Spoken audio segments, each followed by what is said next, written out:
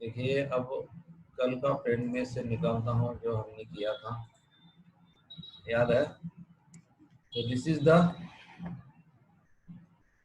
Discussion that we have done yesterday, is it? This one is the first VDSB that we have calculated, isn't it? And that value is we got takriban 28 point something, that is 29. But everything of this data is unchangeable, that is you cannot change as a designer, because this is everything is given in the problem. So it is the data from given problem. So this 29 will remain same, it will not change. अगर ये 29 change नहीं होगा तो आपको 29 से ज्यादा strength आकर भी कोई फायदा नहीं, क्यों? तो मिनिमम तीनों में से मिनिमम 29 हो जाएगा, इसलिए 29 से आगे जाके कोई फायदा नहीं। लेकिन सिमिलरली 29 से अगर कम आओगे तो स्ट्रेंथ मिनिमम तीनों में से मिनिमम होने से कम हो जाएगा। इसलिए हमने क्या किया, ये जो वैल्यू है वीडीपीवी की, उसको भी 29 आएगा, नहीं आया तो हम उसे लेके आएंगे। कैसे लेके आएंगे? we can assume someone pitch and edge distance so that we can get VDSB equal to 29, that we can manage it. So ये VDSB 29 या 29 से ज्यादा आने वाला पिच या एज डिस्टेंस मैं बाद में सिलेक्ट करूंगा, ऐसा अजम्पशन करके हम ये दोनों के बाद तीसरा यहाँ पे आ गए। ठीक है, तो दिस वैल्यू शुड बी 29, 29 से ज्यादा जाके भी फायदा नहीं है, तो इसको हमने 29 रखा और यहाँ पे बाकी का वैल्यू डाल के पिच का वैल्यू कैलकुलेट कर लिया। ठीक है, तो पिच का वैल्यू कैलकुलेट करने के बाद आपको पता चला कि जो पिच है दैट इज इक्वल टू, कल का सब दिखा रहा हूं मैं आपको। ठीक है, 28 etcetera VDPB etcetera, okay, TDN का वैल्यू, तो इसमें हमने डाल के पिच का वैल्यू निकाला था, राइट? चलिए, तो आगे क्या किया फिर हमने? पिच का वैल्यू मिलने के बाद पहले सबसे पहले काम क्या किया, देखिए करता हूँ स्टार्ट। कल का एक बार रिवाइज करके फिर नए प्रॉब्लम को चलता हूँ।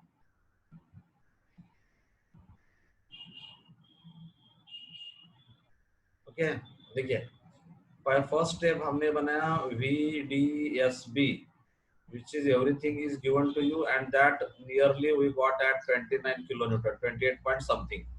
Secondly, VDSB का VDPB का value will be equal to this आएगा या लेके आएंगे। फिर दोनों में से जो लेस है that is called as a bolt value, तो बोल्ट वैल्यू तो हो गए 29 आपने। थर्ड स्टेप में हमने निकाला नंबर ऑफ बोल्ट।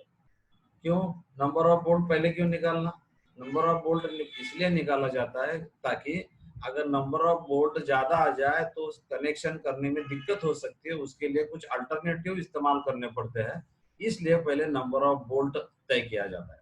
तो नंबर ऑफ बोल्ट कैसे निकाला? लोड, अब इस लोड के बारे में डिस्कशन हुआ था, that is factored load divided by bolt value. What do you mean by factored load? जो वर्किंग लोड है, यानी जो लोड आपने कैलकुलेट किया आगे जाके बढ़ सकता है, तो इनिशियली बढ़ा के लो, तो 1.5 से मल्टीप्लाई करने के बाद जो लोड बनता है उसे बोलते हैं फैक्टर्ड लोड। ठीक है, तो फैक्टर्ड लोड हमें 80 दिया गया था, ये तकरीबन 29 के दरमियान डालने के बाद 2 पॉइंट समथिंग आया था, इसलिए हमने 3 बोल्ट प्रोवाइड किए, राइट? अब 3 बोल्ट फाइनल हो गए। अब 3 बोल्ट बैठाने में कोई दिक्कत नहीं है, आसानी से बैठ जाएंगे, इसलिए कोई मेजर अल्टरनेटिव हमको करने की जरूरत नहीं है। वो तो बाद में समझ में आएगा आपको ज्यादा बोल्ट होने से क्या करना पड़ता है। ठीक है, तो ज्यादा बोल्ट नहीं आ रहे तो वहां पे 3 बोल्ट बैठने में कोई दिक्कत नहीं है। देखिए ऐसी प्लेट है तो इस प्लेट को 3 बोल्ट आराम से बैठ जाएंगे, कोई दिक्कत नहीं है, तो हो जाएगा। इसलिए हमने 3 बोल्ट से फाइनल करके आगे जाने की सोच लिया। अब आगे कैसे जाएंगे?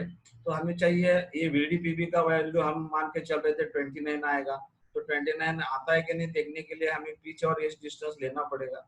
पिच और एज डिस्टेंस लेने के लिए पिच एक ऐसा इंपॉर्टेंट फैक्टर है जो थर्ड पार्ट में आता है, दैट इज TDN में आता है। यहाँ पे एक पिच का फॉर्मूला में इंट्रोड्यूस है ना, TDN के फॉर्मूले में पिच की वैल्यू आती है।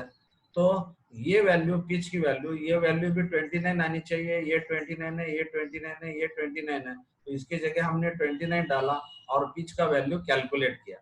लेकिन जब पिच का वैल्यू कैलकुलेट किया तो तकरीबन कुछ तो आया था मेरे ख्याल से 35 वगैरह, जो भी है तब तक मान लीजिए 30 वगैरह 35 आ गया।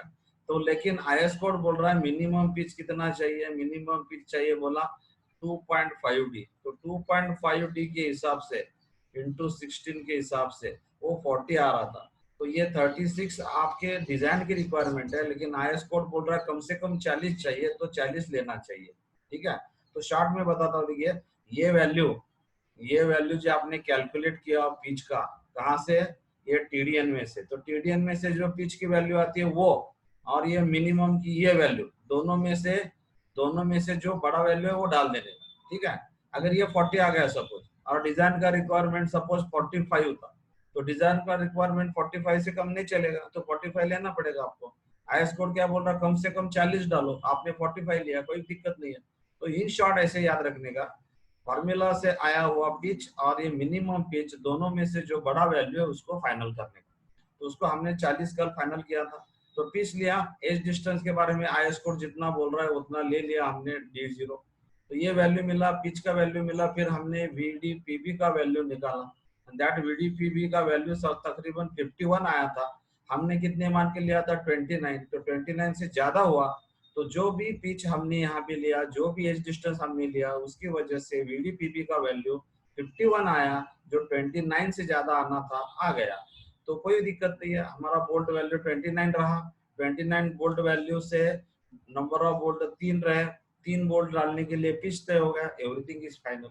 ओके, तो डिजाइन का समरी कैसे हो गया, फिर बाद में समरी लिखते हैं। किस तरह से लिखते हैं, देखिए ऐसे लिखना है, प्रोवाइड। आपने डिजाइन करके फाइनल कर दिया, अब आप सजेस्ट करना स्टार्ट करोगे ना।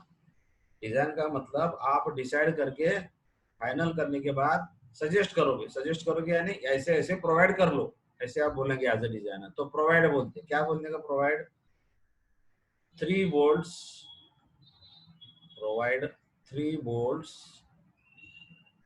ऑफ, इसको बोलते हैं समरी बोलते हैं इसको। ठीक है, this is called as a summary of design. ये हर समय 1 मार्क कैरी करता है।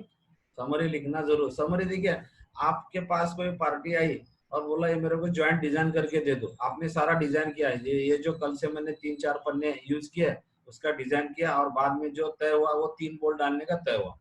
अब पार्टी को तुम के ये सारे 4 पेपर देखो, ये देख रहे मैंने डिजाइन किया, ये 4 पेपर देख लो। अगर उसको ये सारा टेक्निकल मामला समझ में आता तो वो तुम्हारे पास क्यों आता। उसको समझ में आने वाली बात क्या है, ये देख भाई, तो एक काम कर, 16 के 3 बोल्ट यूज कर। ठीक है, कभी कभी बीच में मेरा रिवेट आ जाता है, क्योंकि तो डिग्री में रिवेटिंग चल रहा है ना, तो वहां पे थोड़ा सा हो जाता है कभी कभी। तो बोल्ट ने, रिवेट ने बोल्ट ही मान दो उसको। ठीक है, तो वो पार्टी को क्या बोलेंगे, 16 mm का बोल्ट ले भाई, 3 बोल्ट ले, पिच 40 डाल, एज डिस्टेंस 30 डाल, एक लाइन में डाल के छोड़ दे बस। उसे काम से मतलब है, किस तरह से डिजाइन किया, ये सारे पन्ने उसको दिखाने की जरूरत नहीं है, ये सारे पन्ने उसको दिखाने की जरूरत नहीं है। उसको जो कहना है, उसको जो बताना है, जो मिस्त्री है, जो आपके काम पे काम जो करने वाला जो हेड मिस्त्री होता है, उसको इतना बताना है, जो उसको बताना है उसी को बोलते हैं समरी ऑफ डिजाइन। तो उसको क्या बोलोगे, समरी बोलोगे। कैसे बोलोगे, प्रोवाइड, क्या प्रोवाइड करो, 3 बोल्ट्स ऑफ 16 mm डायमीटर, कौन से ग्रेड के, ऑफ 4.6 ग्रेड के, राइट। 3 बोल्ट डाल, 16 mm के डाल, 4.6 ग्रेड का डाल, एट कितने distance, at a pitch of, कितना पिच, 40 mm, 40 mm पिच पे। कितने लाइन में डालोगे, 3 बोल्ट, एक लाइन में बैठ जाएंगे ना यार, कोई दिक्कत नहीं है। सो 40 mm इन अ रो, एक लाइन में इन अ रो है, 3 bolt 16 mm diameter of 4.6 grade at a pitch of 40 mm in a row at a edge distance, at a edge distance, क्या डाला था एज डिस्टेंस हमने, 30 mm। खत्म, इतना ही उसको चाहिए। This is called as a summary of the design. ये लिखना जरूरी है, इससे इम्पैक्ट हो जाता है आपके डिजाइन पे। यानी क्या करते हैं हम लोग, जब पेपर चेक करते हैं ना, तो समरी देख लेते हैं इसने जो समरी किया है वो सही किया है कि नहीं। तो ये जरूरी होता है समरी लिखना। तो ये समरी लिखने के लिए समझ में आना चाहिए पार्टी को एग्जैक्टली क्या चाहिए। देखो वो मिस्त्री को क्या चाहिए, कितने बोल्ट, 3 बोल्ट, क्या डायमीटर का, 16 का, कैसे बिठाने का, एक लाइन में, कितने डिस्टेंस पे, 40 mm पे, आखिरी बोल्ट का एज डिस्टेंस क्या है, 30 mm, खत्म हो गया उसका। वो क्या करेगा, प्लेट लेगा, सिंगल लाइन मार्क करेगा, 40-40 mm पे सेंटर लगाएगा, होल डालेगा, उसके पास बोल्ट डाल के फिट कर देगा, बात खत्म। यानी आपको वर्क कैरी आउट करने के लिए जिन चीजों की जरूरत है उनको समराइज करना, यानी समरी बोलते हैं उसको, ठीक है। तो आज के कल का डिजाइन का प्रॉब्लम देखो 3 दिन से जो चल रहा था उसका एंड हुआ, यहाँ पर 3 बोल्ट डालने का है, 16 mm का डालने का है, 4.6 ग्रेड का डालने का, ठीक है। अब चलता हूँ नेक्स्ट प्रॉब्लम की तरफ, जो हमारे ये सारे पेपर्स के लिए हुए प्रॉब्लम्स है मैंने, अब ये दूसरा प्रॉब्लम है, ठीक है।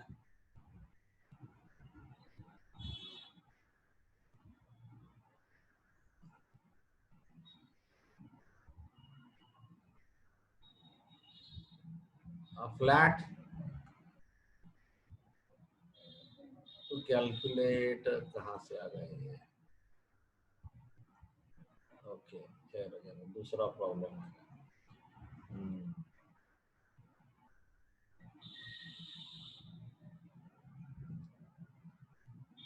इधर से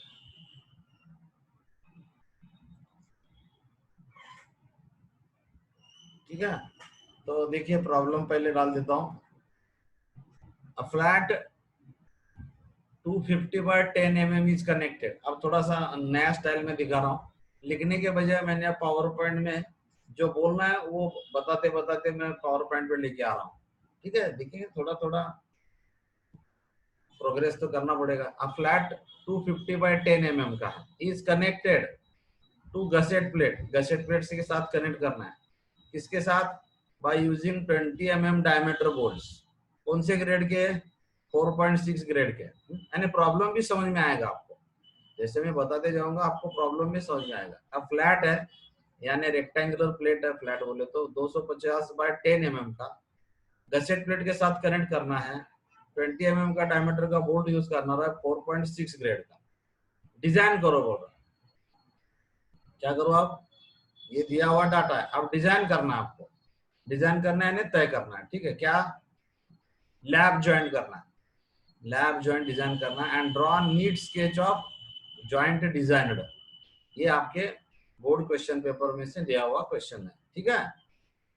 A flat 250 by 10 mm is connected to gusset plate using 20 mm diameter boards of 4.6 grade. Lab joint and design, lab joint and draw neat sketch of joint design, ठीक है। अब देखिए जो डाटा है उसके बारे में लिख रहा हूं। Net area of bolt at thread है कि नहीं, net area of bolt at thread क्या होता है, याद होगा शायद आपको, है ना। तो वो इस तरह से जो बोल्ट होता है इसको यहाँ पे थ्रेड्स होते हैं, तो ये इस तरह से थ्रेड्स होंगे, है ना। तो यहाँ का जो कम से कम डायमीटर वाला जो होता है ना उसको बोलते हैं net area at the of the bolt at thread, ठीक है।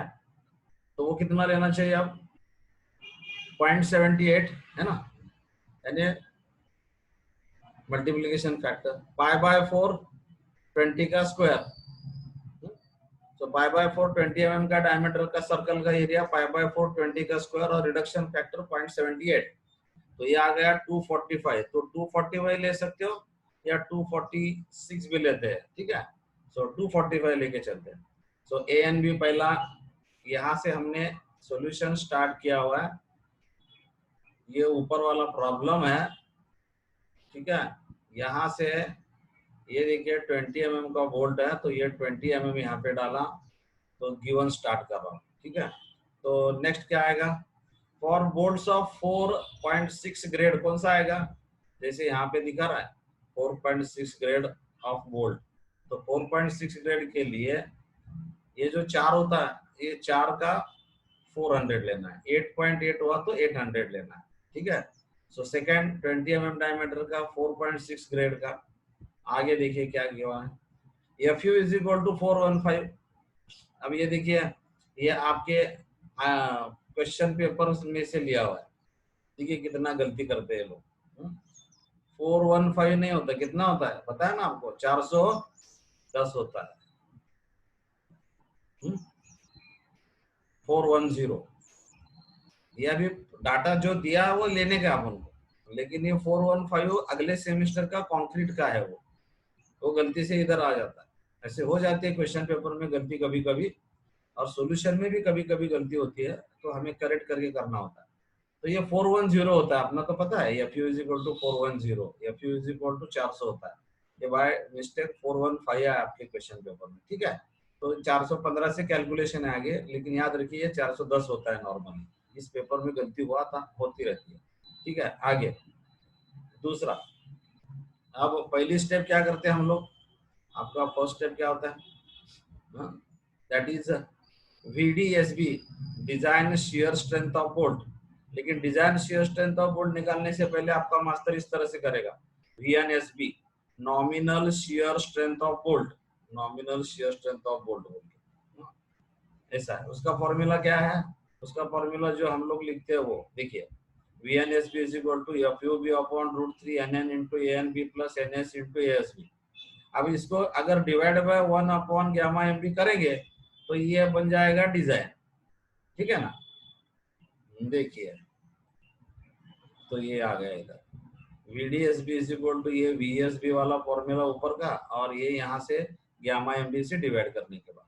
तो हम लोग कैसे करते हैं शॉर्ट में डायरेक्टली, ये दो स्टेप करने से बजाय VDSB इज इक्वल टू ये ले लेते हैं FUB अपॉन रूट 3 है ना, और ये दूसरा NN इंटू ANB, ये तो ऑलरेडी जीरो ही होता है, और डायरेक्टली 1 अपॉन गामा MB करके हम डायरेक्टली VDSB लेते हैं। ऐसे लिया तो भी चलेगा, या VNSB ले लो और VNSB निकालने के बाद उसको 1.25 से डिवाइड करो तो VDSB मिलेगा। ये तो आपकी किताब में ऐसे लिखा हुआ है, ये VNSB निकालेगा, फिर वो लिखने के बाद फिर उसको 1.25 से डिवाइड करेगा, फिर उसको ये नाम लिखेगा।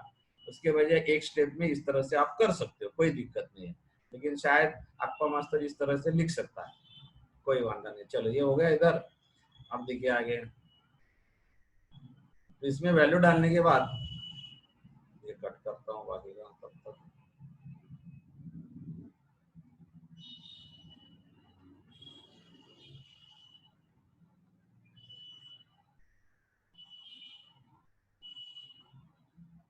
ओके, ये देखिए इसमें फॉर्मूला में वैल्यू डाल दिया, क्या डाला वैल्यू, ये अपना ऊपर वाला इधर का 400 वगैरह वगैरह वगैरह। ये 1.73 कैसे आ गया, ये रूट 3 ले लिया उसने, ठीक है। चलिए जो भी है, तो ये इसको आप डिवाइड करने का, आप देखो कैसे डिवाइड करेगा। मैं देखो मैं डिवाइड करके दिखा रहा हूँ।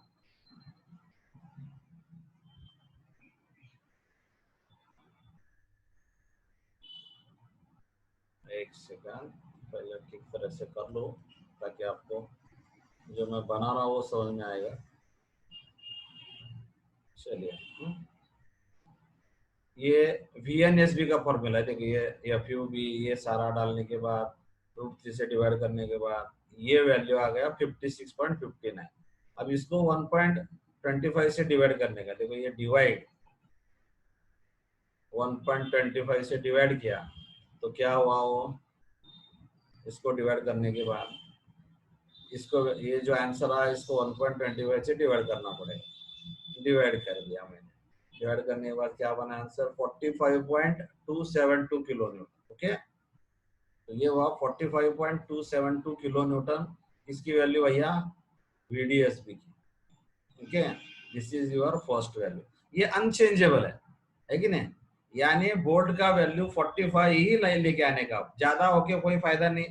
ज्यादा हुआ तो 45, वो ज्यादा वाला में से मिनिमम 45 आएगा, है ना। तो आपको 45 बोल्ट वैल्यू यही पे तय हो जाती है। दूसरा जो भी है VDPB, वो आपके हाथ में, आप ले सकते हो उसको, पिच और एज डिस्टेंस अलग अलग करके उसका वैल्यू 45 से नजदीक लेके आ सकते हो, है ना। तो बाय नॉर्मली डिजाइन में क्या करते हैं, ये निकाल लेते हैं और इसी को बोल्ट वैल्यू बना के आगे चले जाते हैं। यानी VDPB का वैल्यू 45 हम लेके आएंगे बाद में, पहला डिजाइन तो करेंगे खत्म। हाँ चलिए, फिर देखिए फुल स्ट्रेंथ ऑफ मेंबर, अब क्या दिक्कत है बता रहा हूँ, ध्यान से देखो, पिछले वाला प्रॉब्लम और इस प्रॉब्लम में क्या डिफरेंस है बताएंगे आप। हाँ? पिछले वाले प्रॉब्लम में और इस प्रॉब्लम में क्या डिफरेंस है? प्रॉब्लम आपके सामने है इधर। पिछले वाला प्रॉब्लम क्या याद है आपको? देख लो क्या था पिछले वाला प्रॉब्लम। अब ये प्रॉब्लम दोनों में क्या डिफरेंस है बताओगे आप मुझे? ठीक है, ध्यान से देख लो तो पता चल जाएगा।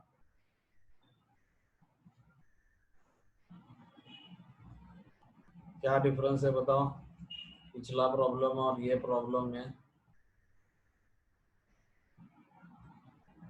हम्म, बताओ। देखिए, ये अभी का प्रॉब्लम है। पिछले प्रॉब्लम में ऐसे ही था, लेकिन लोड दिया था, याद है? 80 किलो न्यूटन का लोड, फैक्टर्ड लोड बोल के दिया था कि नहीं? 80 किलो न्यूटन का लोड कैरी करने के लिए डिजाइन करो होगा। अब यहाँ पे क्या बोल रहा हो? ये प्लेट है, ये बोल्ट है, यूज करो और डिजाइन करो। अरे भाई हाँ, डिजाइन करूंगा ठीक है, लेकिन कितना लोड लेने का ये तो बता, है कि नहीं? अब कितना लोड लेने का ये आपको डिसाइड करना है। सीधी सी बात है, कैसे डिसाइड करोगे? तुम ही बताओगे। देखिए, ये जो प्लेट है इसको कनेक्ट करने का है, सही? अगर इस प्लेट को कनेक्ट करना है तो आपको लोड दिया नहीं है इस प्रॉब्लम में, तो आप कितना लोड लोगे? ये प्लेट को अगर कनेक्ट करना है तो इस प्लेट की जितनी लोड लेने की कैपेसिटी है उतना लोड उसमें हमने डाला मान के चलते हैं। समझ रहे हो? यानी इस प्लेट की जितनी स्ट्रेंथ है उतनी स्ट्रेंथ अगर उसमें लोड के तौर पे आ जाए तो उस लोड को कनेक्ट करने के लिए हमें ये जॉइंट डिजाइन करना है। ठीक है? पिछली बार प्रॉब्लम में 80 किलो न्यूटन का लोड दे चुके थे। अब की बार प्रॉब्लम में लोड नहीं दिया हुआ है। इसका मतलब आपको जो प्लेट कनेक्ट करना है उस प्लेट की जितनी कैपेसिटी उतना ही लोड आएगा ना। उस प्लेट 250/10 की जो प्लेट है उसकी कैपेसिटी मान लीजिए, देखिए 250/10 की कैपेसिटी सपोज 200 किलो न्यूटन आ गई। यानी इस प्लेट को आप ज्वाइन कर रहे हो और उसकी कैपेसिटी 200 किलो न्यूटन है, तो सिंपल सी बात है उस प्लेट में हम 200 किलो न्यूटन का लोड डालेंगे क्योंकि उसकी कैपेसिटी है। अगर उस प्लेट की कैपेसिटी 200 है तो उतना लोड उस प्लेट में हम डालेंगे। अगर उसमें उतना लोड अगर उस प्लेट में हम डाल रहे हैं तो उस प्लेट को कनेक्ट करने के लिए 200 कैपेसिटी वाला ही कनेक्शन चाहिए। सीधी सी बात है ना?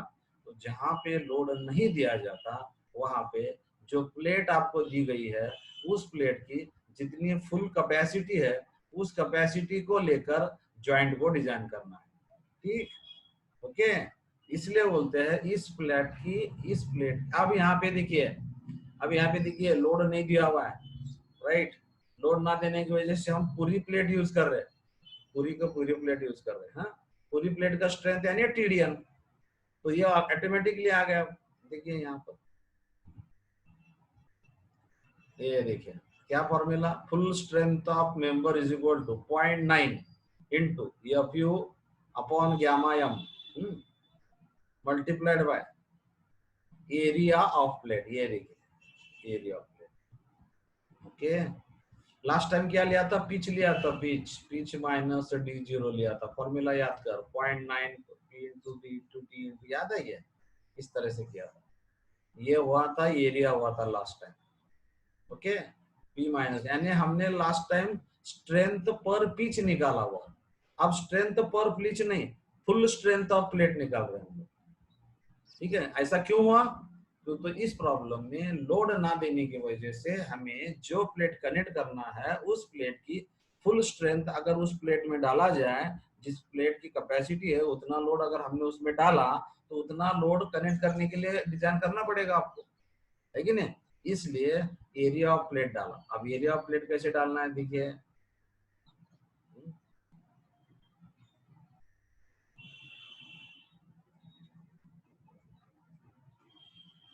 एरिया ऑफ प्लेट देखिए डाला हुआ है, इस तरह से डालूंगा। ये 0.9 का 0.9, हाँ, ये 0.9 का 0.9 आ गया। दूसरा क्या है देखो वहां पर, ये 0.9, ये FU, ये 0.9, ये FU, ये गामा। अब एरिया ऑफ प्लेट देखो क्या आएगा, एरिया ऑफ प्लेट आएगा अब 250। ये देखिए, ये इधर ये 250 क्या लिया रे? प्लेट का साइज था ना 250, थिकनेस 10, कैसे लिया फिर उसने? उसमें से क्या माइनस किया देखो, होल ना माइनस किया, 20 mm का बोल्ट का 22 mm डायमीटर का होल। और यहाँ पे लास्ट प्रॉब्लम में क्या लिया था, यहाँ पे पिच लिया था, पिच। सही है ना?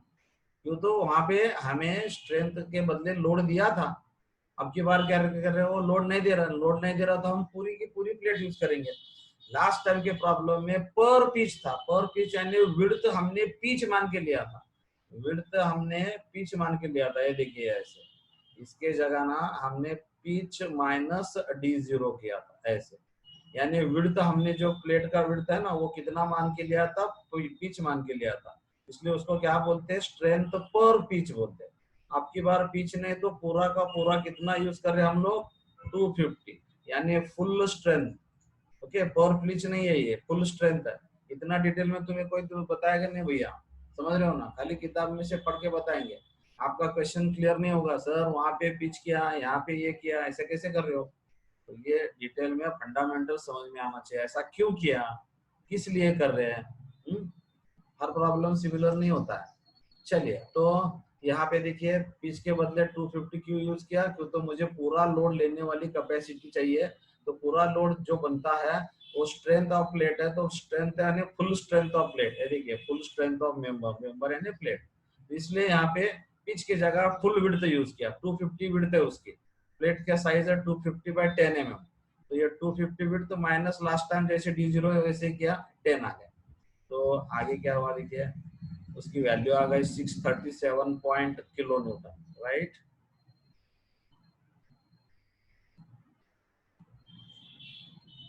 तो देखिए कितना आ गया कैपेसिटी। अब लास्ट टाइम कितना दिया था उसने आपको, लास्ट टाइम आपको दिया था 80 किलो न्यूटन, है कि नहीं।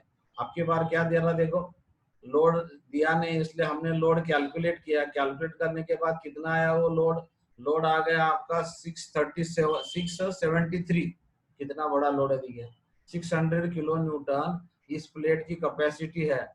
कौन से प्लेट की, जो 200/20 की कैपेसिटी की जो प्लेट है ना, उस प्लेट की कैपेसिटी देखिए, ये प्लेट जो है ना 250/10 mm वाली, उसकी कैपेसिटी 637 है।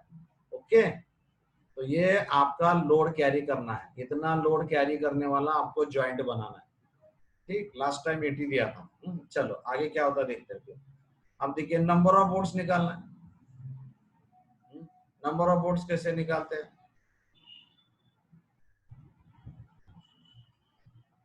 Full strength of bolt divided by bolt value. Okay, full strength of plate divided by bolt value. ठीक है, कितना प्रिंटिंग मिस्टेक है देखिए। हाँ, चलिए, ये डाला फुल स्ट्रेंथ,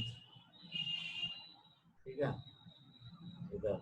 और ये पीछे पीछे मैंने बोला था बोल्ट वैल्यू, याद है ना, पहले बताता देखो, VDSB निकाला था 45, उसी को बोल्ट वैल्यू मान के चलने का, याद है ना। क्यों, VDPB का वैल्यू हम 45 लेके आएंगे ना, तो दोनों में से 45 मिनिमम हुआ, इसलिए डायरेक्टली उसको बोल्ट वैल्यू ले लेता है। तो 45 था जो पिछले पिछले स्टेप में लिया था। फर्स्ट स्टेप क्या किया था, फर्स्ट स्टेप में हमने VDSB निकाला, VDSB आया था 45, उसी को बोल्ट वैल्यू मान के निकलने का, उसको बोल्ट वैल्यू मान के निकाला। क्यों, तो VDPB और VDSB दोनों भी 45 हम लेके आएंगे, दोनों भी 45 है तो 45 बोल्ट वैल्यू बना। ठीक है, VDSB हमें पता चल चुका है गिवन से, इसलिए उसी को बोल्ट वैल्यू मान के निकले। अब देखिए क्या कितने बोल्ट आ रहे, देखिए 15 नंबर ऑफ बोल्ट आ रहे हैं। बात समझ रहे हो, 15 नंबर वाले यानी 15 बोल्ट आ रहे हैं। अब इसको कैसे बिठाएंगे, है कि नहीं, बात समझ रहे हो क्या। ठीक है, देखिए पहले से आ जाता हूँ ना।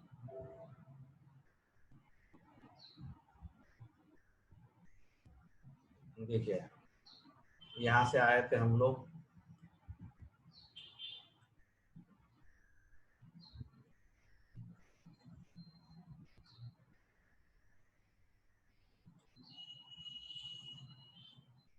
ये प्रॉब्लम दिया था मैंने, यहाँ फ्लैट डिजाइन करने के लिए बोला था, राइट। 250/10 mm की प्लेट थी, तो आपने गिवंस बनाए पहले A and B, फिर बाद में बनाया बोल्ट का FUB, प्लेट का 415 410 होता है वो, पता है आपको। तो पहला फॉर्मूला VDSB, लेकिन आपको मैं आपके किताब के हिसाब से लिख के दिखा रहा हूँ। पहले VNSB निकाला जाता है, तो VNSB का फॉर्मूला ये है, तो इसका फॉर्मूला ये देखिए, उसको डिवाइड करने के लिए VDSB इसको गामा MB से डिवाइड करने का। कैसे करने का देखो, ये ऊपर वाला फॉर्मूला डाल दिया, फिर उसको डिवाइड करेंगे 1.5 से, सॉरी 1.25 से, ये डिवाइड किया, तो ये आंसर को 1.25 से डिवाइड करने के बाद आ गया 45। तो ये बन गया आपकी बोल्ट वैल्यू, ये VDSB। ये जो VDSB है ना, ये जो VDSB है, ये जो VDSB है, दूसरा कौन सा होता है, VDPB है ना, उसकी भी वैल्यू मैं 45 लेके आऊंगा बाद में, कैसे लाना देख लेते बाद में। तो ये और ये दोनों 45, तो बोल्ट वैल्यू 45 बन जाती है ना, सही है।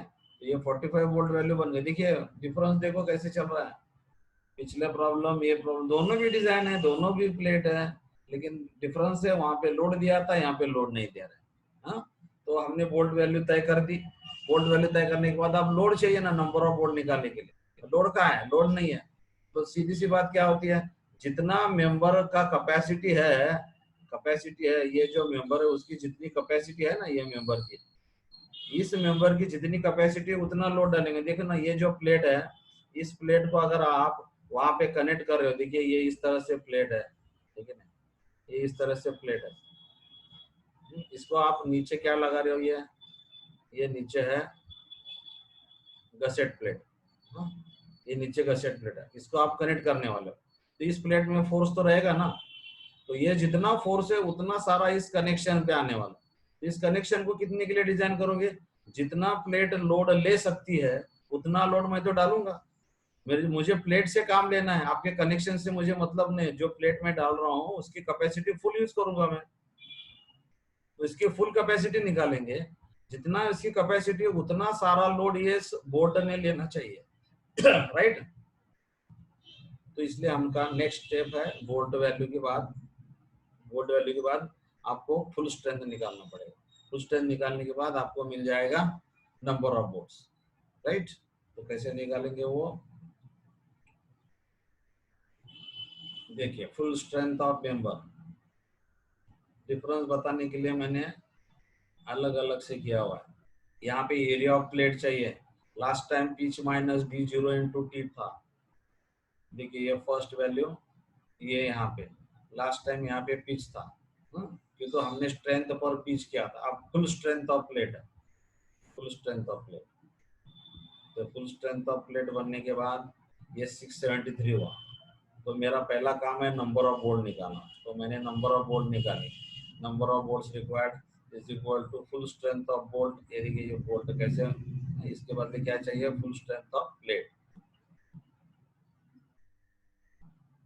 फिर ये आ गया आपका नंबर ऑफ बोल्ट तकरीबन 15। ओके, अब 15 नंबर ऑफ बोल्ट्स बिठाएंगे कैसे, है ना, 15 नंबर के बोल्ट कैसे बिठाएंगे। देखिए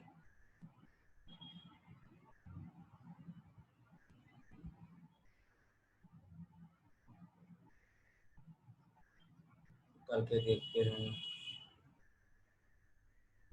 निकालता हूँ प्लेट। ये देखिए, ये नीचे वाली, ये ऊपर वाली प्लेट है, टॉप व्यू निकाल रहा हूँ। ये प्लेट, उसके नीचे क्या है,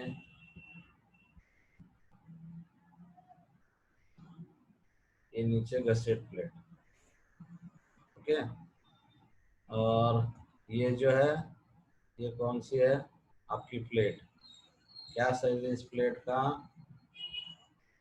साइड व्यू से देखोगे तो ये प्लेट का साइज है, this is the size of plate. क्या है size of plate, 10 mm thickness है और 250 साइज है। राइट, इस प्लेट का ये मैंने डायग्राम निकाला। अब यहाँ पे 15 नंबर ऑफ बोल्ट्स लगाना है, ध्यान से सोचो। हाँ, अगर पिच मान लीजिए 50 mm भी लिया तब तक, हाँ 50 mm लिया, 15 बोल्ट अगर एक लाइन में डालूंगा ऐसे 15 बोल्ट, तो ये 2 बोल्ट में का जो डिस्टेंस है उसको पिच बोलते हैं। अगर ये 15 नंबर ऑफ बोल्ट डालना है तो ये बीच में स्पेसिंग कितने आएंगे, 14 आएंगे कि नहीं बीच में, देखिए 4 बोर्ड में कितने स्पेसिंग आते हैं, 1 2 3, है कि नहीं? तो 15 नंबर बोर्ड में कितने स्पेसिंग आएंगे, 14 पे। तो 14 इंटू एक पिच 50 का भी मान लिया तो भी 700 mm हो गया है। तो 700 mm तकरीबन 1 मीटर हुआ, पाउंड मीटर। तो ये जो लेंथ है मेंबर की, पाउंड मीटर का कनेक्ट करना पड़ेगा आपको। पाउंड मीटर यानी समझ रहे हो ना, 3 फुट। मेंबर का 5-10 फुट वाला मेंबर है, उसमें से 3 फुट तक कनेक्शन ही चला गया, तो काम होगा क्या आप करने। देखिए ये फंडामेंटल है, ये डिस्कशन है, ये फॉर सर आपको दिमाग में लेके आएंगे, ये कई किताब में नहीं होता। ये डिस्कशन से आपको जब आप प्रैक्टिस में जाओगे ना, तब अपने आप बराबर आप सब इकोनॉमिकल करोगे, ठीक है। तो ये जो है ना, ये 14 नंबर्स नहीं बिठा सकते हम इस तरह से, यानी कम से कम हमें अगर 2 लाइन करेंगे ऐसे, 2 लाइन करेंगे ऐसे, तो कितने आएंगे, 7 और 8 आएंगे। अगर 3 लाइन करेंगे तो क्या आएगा, 5-5-5 वोल्ट बैठेंगे, है कि नहीं। आप देखिए ये इस तरह से बन गया। क्यों चल रहा है इतना डिस्कशन, बता रहा हूं मैं, ध्यान से देखो। हाँ, ये ऊपर वाली प्लेट 3 लाइन बिठाया आपने, हाँ 3 लाइन, 1 2 5-5 के 3 लाइन है ना, ये इस तरह से। तब तक टाइम होते आ रहा है। अब जब इधर आप खींचोगे प्लेट को, तो कहीं यहाँ पे अगर टूटे समझो, तो देखिए अब एक प्लेट में कितने होल आ रहे भैया, अब 1 2 3 होल आ रहे कि नहीं, बराबर है ना। अब डिजाइन क्या होगा, अलग हो गया कि नहीं होगा, बात समझ रहे हो। तो इसलिए पहले नंबर ऑफ, मैंने बोला था आपको क्यों निकालने का, तो इसलिए पहले नंबर ऑफ बोर्ड निकाल लेते हैं, ताकि पता चले किस तरह से अरेंज करेंगे, किस तरह से अरेंज करने के बाद डिजाइन में क्या क्या चेंजेस करने पड़ेंगे, इसके लिए वो पहले किए जाते हैं, ठीक है। तो बाकी का डिस्कशन कल करूंगा। अब मैं क्या कर रहा हूँ, थर्सडे फ्राइडे सैटरडे से पहले भी मैं लेक्चर रिकॉर्ड करके डाल दूंगा। वो चैनल को सब्सक्राइब करके लीजिए, वो पे लिंक आएगी, वो आप